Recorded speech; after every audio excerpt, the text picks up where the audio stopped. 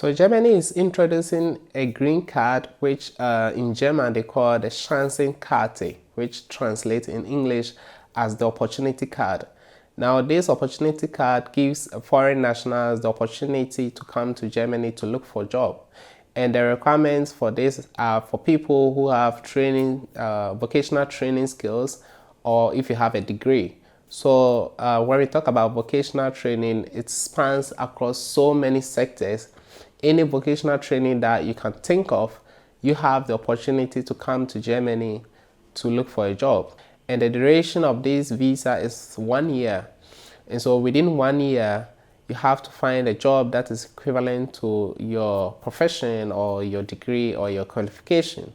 Now, the reason why Germany is doing this is because if you watch my previous video where I told you about the kind of demanding jobs Germany is looking for, you might see that Germany is in need of so many professionals or skills to occupy certain positions within the country.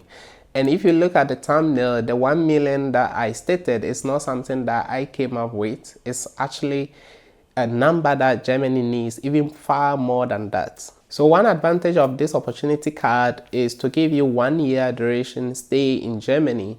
And whilst you're looking for the job, you also have opportunity to do a part-time work up to 20 hours per week. Another good thing about this is that language is actually not the big deal here. So when you talk about opportunities in Germany, I think most people think about the language, right? And so in this case, language is not a major issue here. Now, the requirements for the opportunity card are in 2 separate categories, and I'm going to explain each of them so that we can all understand, right? So the first one is when your certificates or your qualifications are recognized fully by the German government. That means that when they compare to the training or the system in Germany, that training that you acquired in your home country is equal in terms of the course content, the training content, and all that. When they compare this and they see that it's equivalent to what you will do in Germany, then they will say that you have a fully qualified program or certificate, right? So in this case, I'll put that into category A. And if you have that, then all you need to have in addition is a proof of finance.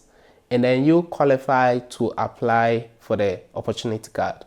So this is one part of the qualification. Now, when they assess your certificate or your qualification and it's partially, it means that content of the training is not fully, but it's just partial, then I'll put you in category B. And this is where so many things are going to happen. So I'm going to explain what you need when you are in category B. So if your certificate or your qualifications are not fully, but rather partially equivalent to the German system or the German one, then you will need to go through a point system which they have introduced, and I'm going to explain this. And in addition to these 6 points that I'm going to explain, you still need your certificate, of course, or your qualification in hand, and you need A1 German language or B2 English proficiency.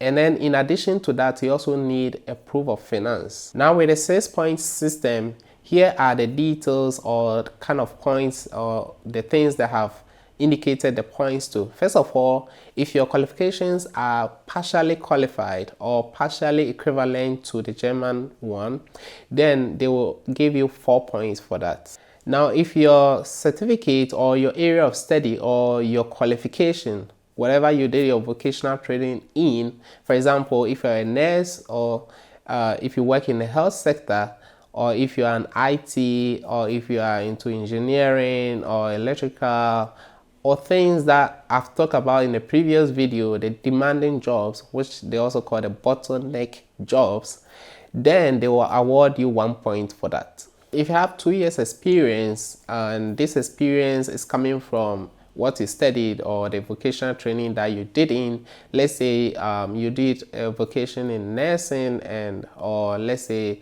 electrical, and you work as an electrician for 2 years, and they are going to award you 2 points for that.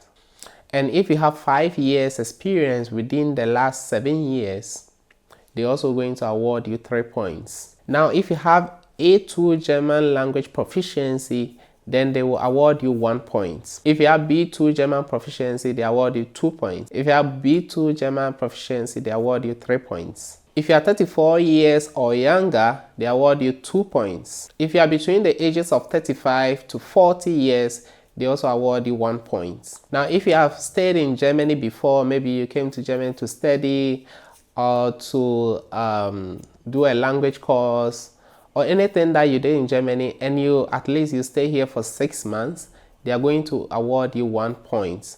But the caveat here, or the exception here, is people who visited Germany. If you just came for a visit, this is not included. They will not award you any points. So this is only for people that did extra thing or something else aside visiting, right? Then, and if you also stayed for 6 months or more, then they will award you 1 point. So if you're coming with your spouse and your spouse also fulfill all the requirements for the chancenkarte, then they will also award you 1 point for that. Now, the good thing about this point system is that you don't have to get a point in each of these categories. You can just accumulate the points in just 2 things, or maybe 3 or 4, depending on your circumstances, right? For example, if your qualifications are partially recognized by the German government, they award you 4 points. And then let's say if you have 2 years experience, then you have also 2 points from there. So you just get your 6 points and you're good to go. All right. So this is the point system that Germany has also introduced. Now, here is how you can prove the finance. To prove your finance, there are 3 main things that you can do. The first one is block accounts. Now, when I say block accounts, I think many of you who have watched my videos, I've talked about block accounts several times. Block accounts is actually some money that you will transfer to a German designated banks. There are some about 3 or so that you transfer to them. The money is still yours, but the thing is that you can only get the money when you come to Germany, and they are going to give you back all the money, but in installments. So every month they will give you a certain part or portion of that money.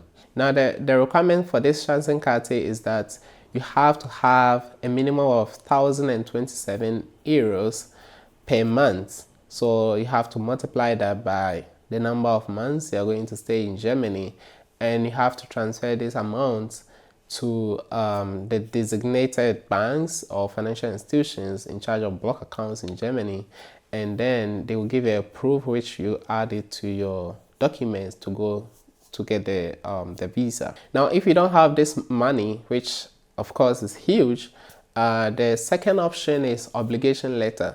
Now, obligation letter is actually a letter that is coming from somebody you know, and the person is living in Germany and the person is working, and they are able to support you as well. So this person needs to go to an office here in Germany, the foreigners office, and the person will request this to give it to you, and then once you have these documents, you can also add it or replace it with the block accounts. So if you have the obligation letter, you don't need the block accounts. Now, if you don't also know anybody in Germany, which might be true in certain circumstances, then the third option is actually to find a part-time job even before you come.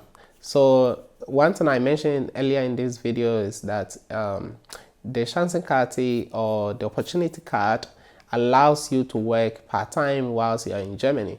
So if you can find a part-time job before you come, you can use that as a proof to add it to your documents or as a proof of finance, and then they will give you the opportunity card visa, right? Now let's move on to one of the important questions I know you are asking, is how do you then apply for this? The requirements or the processes of applying for this opportunity card is just like any other visa type. So you go to the embassy, you fill in some application form with all the other documents, and then You wait, and then the embassy will decide whether you qualify to get the opportunity card or not. So this is actually a normal process like any other visa type. So this is how they are going to do it. You just apply from the embassy in your home country. Now, as to when this opportunity card is starting, it's not really fixed yet, but some news and some rumors and some pages I have read suggest that this is starting the 1st of June of this year. Okay guys, so thank you for watching. I'll keep you guys posted, and if I get any feedback or any news about this chancenkarte, the opportunity card, I'll also let you guys know. And yeah, I'll answer every question that you have in the comment section. So thank you for watching the video, and I'll see you in another one. Bye.